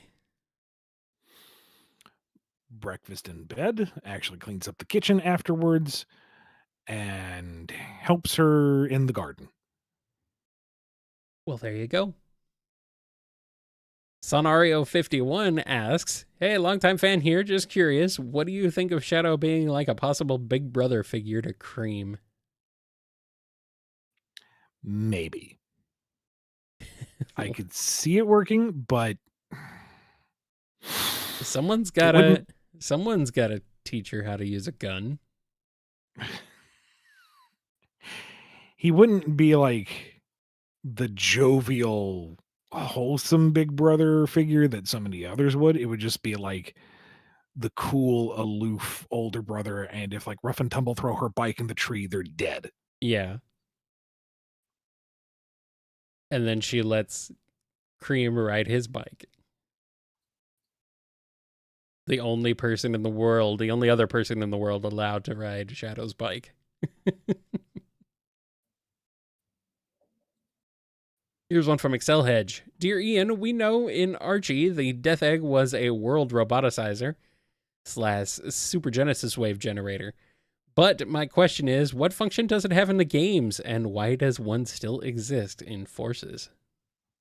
Well, it's a new one in Forces. He just built another one. Yeah. As for what it does, I don't know. It's like, it's never really established. Like the best breadcrumbs that I can immediately think of is in Lava Reef, when it's lodged in the ceiling and everything is inactive, and then its eyes flash and everything's active again. Mm-hmm. I imagine that was some kind of super doom laser that fired and reignited the volcano, which is kind of cool. But beyond that, I got nothing. And they get blown up, so we don't really ever get to see what they do. I think it's just intimidating. He's just trying to, he wants the world, so he built a giant FU robot spaceship thing. Mean, in Forces, it seems to double as a prison. Yeah. Like in the Zabok fight, you see a bunch of animals, cheering from their jail cells. Go Sonic, kick his butt. But outside of that, I don't know. Not sure. Maybe someday we'll find out. Here's a question from Cameron D. In this scenario, Surge gets locked in a room with the scariest thing ever, the Tails doll. What chaos follows, and what happens when Kit finds her? Well, she's not intimidated at first, because come on, it's a plush. It's just laying on the ground, doing nothing. Of the sad little tag-along. Why are people freaked out by this? What, did it move? No, I just fell over. I'm freaking myself out. There's nothing. No, it seriously was not that far from the corner when she got in here. Yo, can this thing move? I mean, it doesn't feel like it has any moving parts in it. It's just plush. She's going to throw it against the wall. It stopped in midair. Okay, not funny anymore. Let her out. Let her out. And when Kit comes in to find her, it's just the Tails doll in the room. What? Where is she? Slurpy, no. Slurpy. Oh, no. Is that canon? You'll just have to see if Surge ever shows up again after Tails. Is that a thing? I'm sorry? Hold on.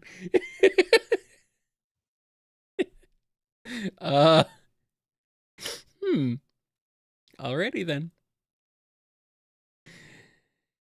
All right, and this one is from Johnny G.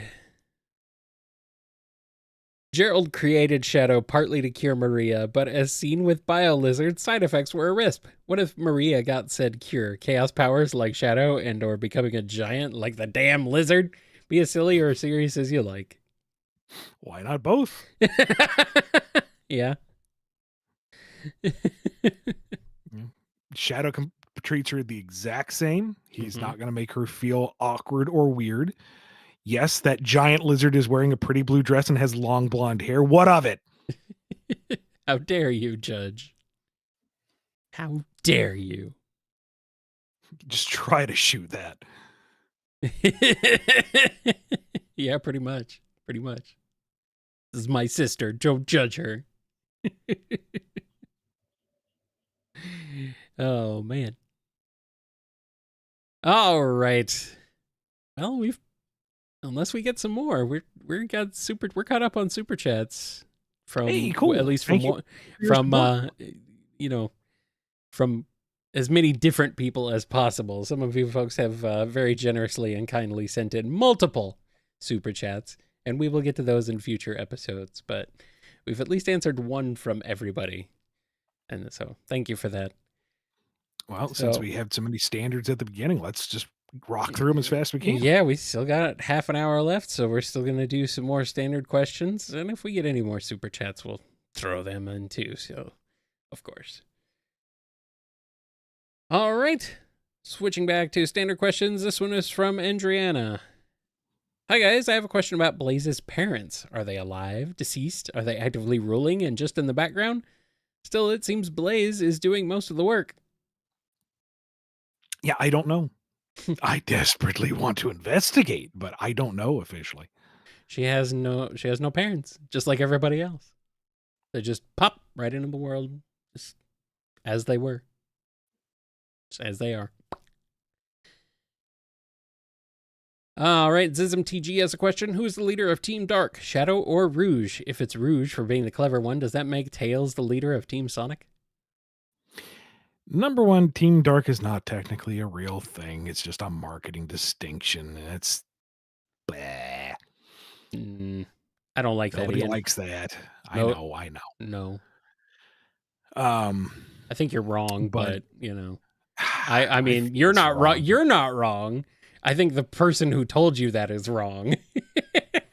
You take it up with them, big boy. I'm gonna. If I know who they are, tell me. And I would imagine, all right, let's just pretend that they were a thing. They are. Just do it.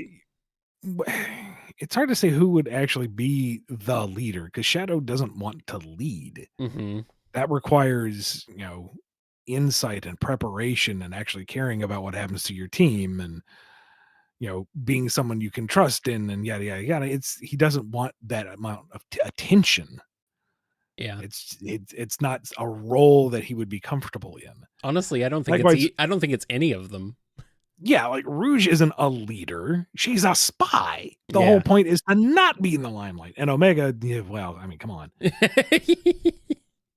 Just because he's on the front lines doesn't mean that he's leading. It just means he has gusto.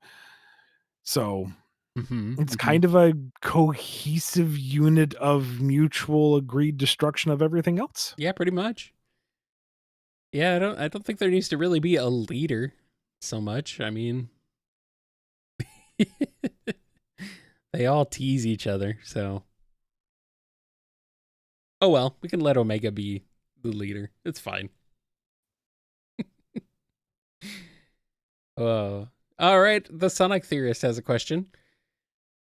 Are any of the Learning for Sonic games canon? No. That I will say. No. Sorry, no Sonic Schoolhouse for you. Shonen Boys has a question. With the first anniversary of Kirby's Return to Dreamland Deluxe, what soundtracks in the Kirby series are some of y'all's favorites? Nutty Noon is an underrated gem. Oh, shoot. Is there a bad Kirby soundtrack? Not really, no. I would say and it's really hard. Oh, go. It's hard for me to make a distinction because so many of the games remix what came before. Yeah, a lot of them reuse songs. So it's like, I like Green Greens. Which one? I mean, they're all pretty much the same. Just choose one. It's easier to like pick individual tracks like King Day Day's theme. Yeah. Every version of that. Every version is fantastic. Let's see. Mine. I really have a big soft spot for the Kirby's Dream Course soundtrack, but when it boils down to it, that's literally just the Kirby Adventure soundtrack. So guess I just have to say Kirby's Adventure, even though I have more nostalgia for Kirby's Dream Course. But it's the same soundtrack. So I was like a good old butter building and grape garden. Good stuff. Good stuff there. All right, James L. has a question. How are the Freedom Fighters canon? Sally and Bunny make a cameo in the Forces comics, and the only way for that to be possible is if the Archie comics are canon, or if we canonize Spinball. Number one, those were just meant as Easter eggs, not meant to be read too much into, and were edited out later. They're in the background, Don't hang your hat on that. Two, at best, their appearance in Spinball and Spinball being kind of cemented in by Sonic Origins is the back door, but there's nothing concrete to really say beyond that right now. Mm-hmm. All right. S. Shining has a question. If Goku was born into the Sonic world, would he fit more as a Zeti or a monkey? Why not both? Depends on where he lands, I guess. Why not both?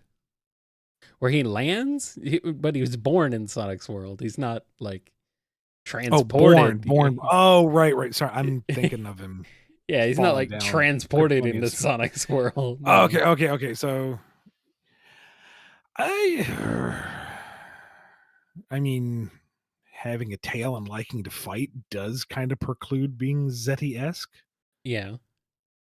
Maybe he was born Zeti and fell off Lost Hex, gets found by Grandpa Gohan Chuck. Go from there. Sure. So he's Monkey Khan.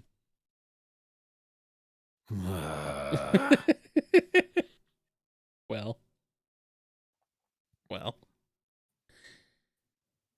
Fun Floof the cartoon has a question. What exactly was Sonic and Surge fighting in issue 50? ABT's line art visuals had the fight inside a dome-shaped building within Imperial City's Yellow District. A landfill site, perhaps? Where exactly? Yeah, it was a refuse center. So a landfill. Yeah. A trash zone. So where the discarded and unwanted things go and meet their inevitable destruction. Oof. Is that what it was? That a thing? Was that like a thing you were alluding to? It was thematic, yeah. Is that why Surge was there? Or maybe that's why Sonic was there. Turns out Ian hates Sonic. No, it was intentionally. Number one, it was an interesting arena that we hadn't seen a lot of. Yeah. And two, it was meant to be thematic. You know, it's that fight is basically from Surge's perspective. Yeah. And, you know, she already has deep down a very low opinion of herself. And here she is, this discarded bit of refuse fighting the glorious hero, trying not to be discarded, trying to win her place metacontextually. All right. Here's one from Manjakio. I'm not sure if I pronounced that correctly, so sorry about that. Since there are some beings stronger than one super form, did Sonic ever thought about starting to train? No. Nope. That requires forethought and discipline. Yep. He took down the train in Murder of, so, I mean, what's he need to train for? He already took down the train.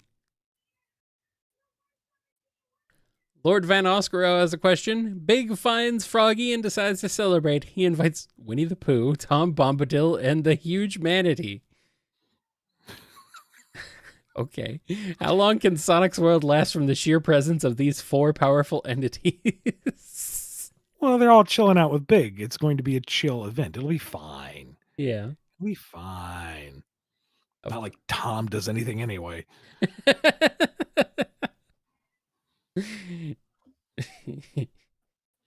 All right, it's Cyancea's question. What would you imagine is the design and abilities for Shatter/Prismatic Sonic with all 5 shards of the prism from Prime?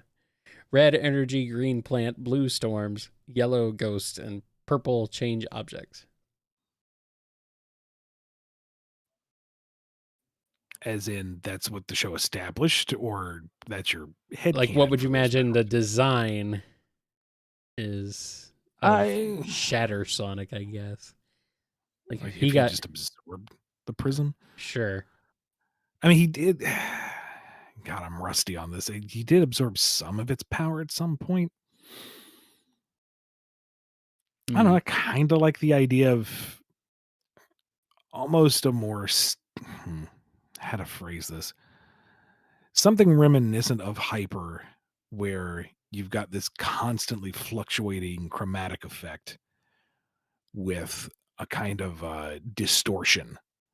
Like you see after images of him kind of bleeding off all the time around from a centralized core, and that there's always a fluctuating color. There isn't a singular color like Super has, or even like Hyper's base white. Mm-hmm. All right. Here's this one from that cartoonist guy. Not to be dat Fraggle Rock guy, but I must ask. The almighty trash heap, yeah, meets Sonic's own Wiseman. Big! What happens? What if Starline was isekai'd in? Well, he'd be very confused, one, that there's a talking trash heap, and that she's having an extended, pleasant conversation with Big the Cat. Uh-huh. Like they're getting along just swimmingly. They're just And vibing. and he does not get it. I actually kind of think of it. How's the size relationship between this go? Because Fraggles are fairly tiny, and Madame Trash Heap was rather large in comparison. But she was basically the compost heap for the gourds, and they were even larger than humans. I'm overthinking this in all the You wrong ways. really are, Ian. You really are. It's been a while since I've fraggled. Listen. Big Let the Cat. let me linger in my Fraggle lore. Big the Cat is the ultimate deity who ever deityed. He can be any size he needs to be. I suppose. I'm just thinking, like, if Junior comes walking around and he's like, "Ah, there's a cat here." Like, would Big be disproportionately small or large? Would it be eye level? I guess he'd be around chest height because he's surprisingly not as tall as you would think. Yeah. But he can make himself taller. Yeah, if he wants to. Make himself bigger and taller because, he's big. I mean, what else would he do? Ultimately, what I'm getting at here is that Starline would just wash his hands of this silliness, go wandering towards the Gourd's house, and be caught by the Gourds. And then it's a question of, can they one hand pick him up and chuck him somewhere? And Starline's isekai adventures continue. There we go. Birth by Nightmare asks, Game Over Squad oofs Team Sonic. Which 4 baddies would you select to form a team task to stop Team Sonic? The main 4, who have been brainwashed by a resurrected Black Doom. Okay. Okay. The whole thing is that Suicide Squad, at least in that incarnation, is supposed to be kind of the D-listers. I think this is more like Toon Squad from... I think this is more of a Space Jam thing. No. This is a direct reference to the Suicide Squad Kill the Justice League game. Is it? Oh, okay. The whole thing is Brainiac takes over the Justice League. Oh. And the Suicide Squad is sent to take him out. And how do these mere mortals take out the DC Pantheon? Shows what I know. Yeah. I know nothing. Don't listen to me. So we would need like ground level stuff you wouldn't necessarily expect to be able to actually take on the main 4 heavy hitters. Rough and Tumble are that by design. Yeah. Like that's what their purpose is. Mimic to an extent. Like, to be honest, he's got the shape shifting and he's got the, training, but he isn't super powered necessarily like them. Mm-hmm. One hit from Amy's hammer and we've got calamari. Yeah. That'd be number 4. Because I mean, feel like Starline, for all his mortality and mortality jokes, has the kit to contend with the others. what about Metal Sonic? Nah. He's built to fight Sonic. He's A tier. I don't know, maybe I guess that's Clutch. true. Yeah. Like, we haven't really seen what Clutch can do. If he's got something up his sleeve, we've yet to see it. But Fang, or would that be too much like Rough and Tumble? Just another. Somebody's got to lead these jokers around. Somebody's got to tell them what to do. And So yeah, sure, why not? It won't be Mimic? No, Mimic's not a leader. If anything, he has to be convinced to stick around. I guess that's true, yeah. Yeah, makes sense. All right. Here's one from Izanami. What if Sonic and Shadow have their personalities switch for 1 week? We've touched on this so many times. Similar things, yes. Body swaps, personality swaps, yeah. If it's just between the two of them, you have an incredibly decisive and effective Sonic, and you have a Shadow who is just tooling around having fun with his new powers. It's goofy. All right. Like, maybe you have grumpy Sonic chasing down happy Shadow, trying to get him to stop doing that. You're going to make people think the wrong thing, but otherwise keep to themselves, do what they want to do in that time. Yep. Makes sense to me. Laba has a question. 20 years later, what's everyone up to? Good question. We'll ask him when we get there. Yeah, 20 years is a long time. Yeah, Amy and Tails have come into their own. Cream's all grown up. Sonic, I imagine, is kind of timeless. He's doing his own thing. Shadow is literally timeless. He's going to be doing his own thing. Maybe Eggman's finally retired. Got tired of this mess. Hopefully Knuckles got off that rock. They haven't aged a day. Here's one from Bro. If Starline had the DNA of Sonic and Shadow, why he didn't made a DNA fusion of them instead of Surge and Kit? Because Shadow wasn't part of his overly analytical worldview. Nah. He didn't really care about Shadow, did he? No, Shadow's the derivative. I don't care if he came out first. Sonic is the one everyone cares about. Yep, pretty much. Yeah, he has no interest in Shadow, seemed like. I mean, you could also argue that some of Surge's electrokinesis, yeah, zappy powers stem from him understanding Shadow's ability to channel chaos energy. How do you make a biological entity shoot zappy zaps without frying itself? Make them fictional animal characters in a fictional world. That's how. Also, if Eggman can't figure out how to do a proper clone of Shadow, you think Starline is?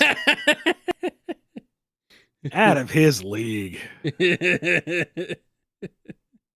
Starline couldn't even figure out how to brainwash his not clones effectively. Yeah, Gerald got it right. Yeah. He was insane, distressed, and locked in a prison cell. Yeah. Bush League, son. Bush League. More like Dr. Baseline. Ooh. Dr. Midline. James has a question. Ian, what was your original vision for Amy's character arc in Frontiers, and what does it mean to share love with the world? We basically saw the core of it. It was just some of the more finer points of her and Sonic's relationship that kind of got chucked before we could even settle on what those were. So there is no lost confession of love or anything. It's just try to see, can we approach this in any direction? No, not at all. Okay, we're just going to be very broad with it. And what does that mean? Well, we'll just have to find out as we explore the post-frontiers medium. Oscar O. the Bearcat wants to know, if Whisper accidentally put Lanolin's clothes on, would she be a wolf in sheep's clothing? Follow up, how hard would it be for Tangled not to make that joke? 1, yes. 2, impossible. I've seen someone draw that, and it's pretty good. I think it works. I mean the fan art with switched outfits for characters is pretty it's pretty fun sometimes. So all right, Shaolin Sonic fan has a question. Sega has decided to revive Sonic Boom and is allowing you and Kyle to pick your top 5 favorite BumbleKast Boom episodes to use for the show. Which ones are making it to the final production? I can't even remember any. I can't remember the ones we talked about on this episode. There's too many. If we were given that opportunity, you better believe we'd be re-listening to the entire catalog. We'd be absolutely using the master list of questions to go find the Sonic Boom episodes. Well, that's not going to work because half those are just like, you know what, this is a Boom episode. Yeah. And they weren't even asking for that. Yeah, that's true. Yeah, I mean, the Black Doom is a Southern Preacher episode's pretty good. Yeah, Televangelist Black Doom is funny. Yes. That's just funny. What else do we have? Oh, man. My memory is shot. It's awful. You know what? If you remember your favorite bit of nonsense from us, put it in the comments below because I actually want to remember what some of these are. Yeah. If any had a lasting effect on you, then we'd probably want to prioritize those in this hypothetical scenario. Yeah. Styx 2 Worlds episode. I'm trying to remember that, but yeah, the Televangelist Black Doom was hilarious. Be to my children. And I go bathe in tartar sauce.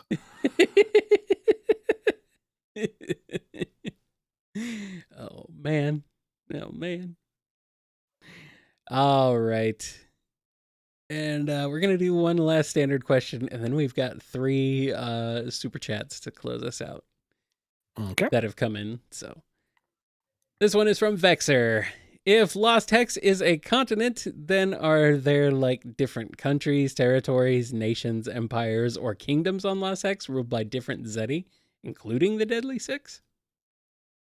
Maybe. We have not explored it at all. Yeah, I know. Like a lot of other things. It'd be kind of a shame to just let it languish, but it probably will. Anyway, let's wrap up with some super chats. This one's from Najee. What would Tangle be like if she was... What would Tangle be if she was in a rock band, and why is it the drummer? Man, honestly, having a tail would be very useful as a drummer. Having a prehensile tail. I see her being the frontman guitarist, though. Really? Like, hyping up the crowd with her hands while also playing the guitar with her tail. Yeah, okay. I could see it. Like, Whisper is clearly the cool one on the bass, just kind of in the back. Yeah, okay. But drummer also, because, the 2 hands and the tail. Well, sorry, Lanolin, but clearly we need 2 Tangles now. Clone. Tangle clone. And here's one from Finest Cacophony. Just how often has Starline pulled the gay card to get his way? Bonus points for all the sassy uses of yes, queen you can get out of him. I know we kind of camp him up here on the show for giggles, but I worry going too far with it starts getting disrespectful. Yeah, It, we neither of us are equipped to really handle this one, I think. I mean, it's a fine line, and what one person would find amusing, another might find a little belittling, and I don't want to go that far. Yeah. So I'm not really comfortable going in that direction. Yeah. Sorry, I think that's just something we should not delve into too much, you know. And finally, the last super chat we're going to take today from J4000. Random marriage scenarios. Who asked the question between Silver and Whisper and Sonic and Tangle? What would be the scenery when the question gets asked? It's February. Okay. Yep. It's February. Yeah, okay. And they paid money for this. Okay. Yes. I can do this. I can do this. Not endorsing any ships, just standing on the dock watching the flotilla go by. Uh Silver and Whisper. Well, Silver's going to initiate. Yeah. Whisper is not going. Of the two, it will have to be Silver. I mean, maybe he has to be pushed into position by the Wisps because they are tired of them dancing around this topic. I mean, for pity's sake, they aren't even native to the planet. They can't speak. They don't reproduce that way, and they can still see it. Come on, you two. But he would try to find something traditionally romantic. I mean, he'd be doing his research. He has no idea what he's doing.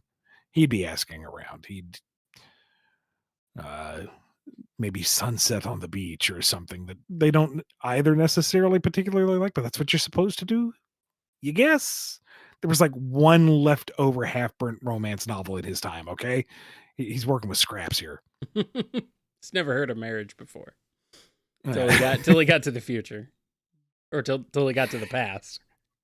Blaze, what's a marriage? And what was the other one? Sonic and Amy? Sonic and Tangle. Sonic and Tangle. Okay.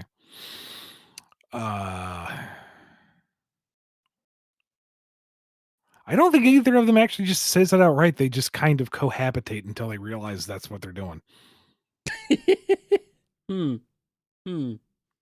Hey, are we married? I don't think so. I mean, we didn't do like the ceremony or anything. Yeah, but I think Tails says something legally. We're like bound now. Oh, cool. All right. Should we make it formal? Yeah. Well, who goes first? I don't know. Rock, paper, scissors? Rock, paper, scissors. Yeah. All right, so we're married now. Yeah, cool. Want to get chili dogs? Let's do it. Let's do it. Yep. Cool. Done. All right. You know what? I'm going to take this last one here that just snuck in before the cutoff. Okay. This one here. I mean, this one should be pretty quick.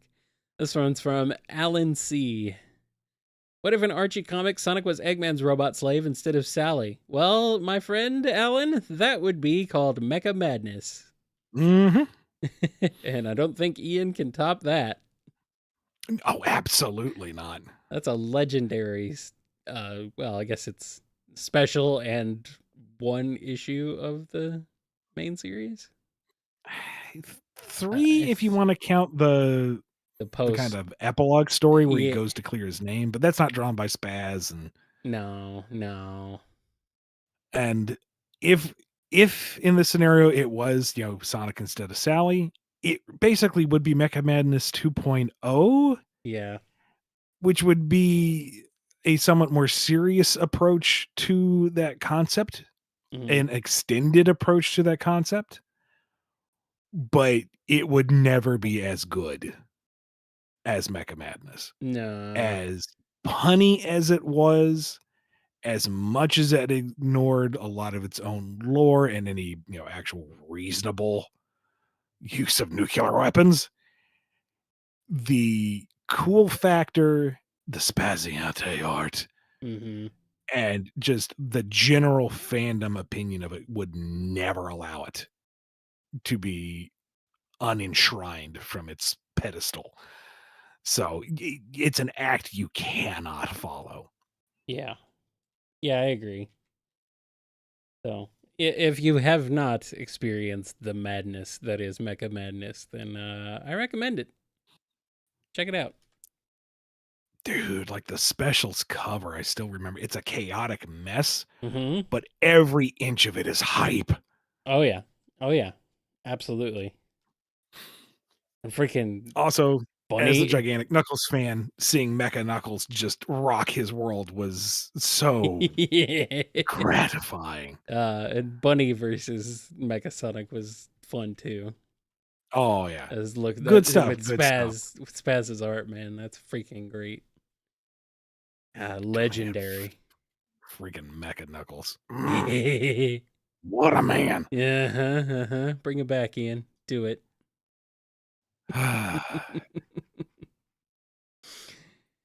All right. Well, that's where we're going to call it for tonight. I think that's a good place to call it. Yep. Thank you again to Jennifer R. and Professor Rye for helping to manage all the questions. Thank you to everyone who's listening and who submitted for giving us said questions so we actually have a show for 2 hours. Mm-hmm. Thank you, Kyle, for reading all of those questions and laughing at my bad jokes. They're validating. You know me. I always do that. You're welcome. Thank you to everyone who supported us with their super chats. We do greatly appreciate it. Kind of become something we look forward to at the end of the year. It's like, hey, power bill's paid. End of the month, yeah. Helps out. Enjoy leap year later this week. And if you celebrate. Well, not this week. It's Saturday. It's the week. You know what I mean. The upcoming week. And yeah, you know the drill. Be good to yourselves. Please be good to each other. And we'll see you next time on the BumbleKast. You can't tell me what to do. Oh, I can. You're going to listen. No, I'm not. You know that. Oh, you will. You will. You're probably right. Kyle, you get back here. You be good to yourself. You be good to y'all. No, I refuse.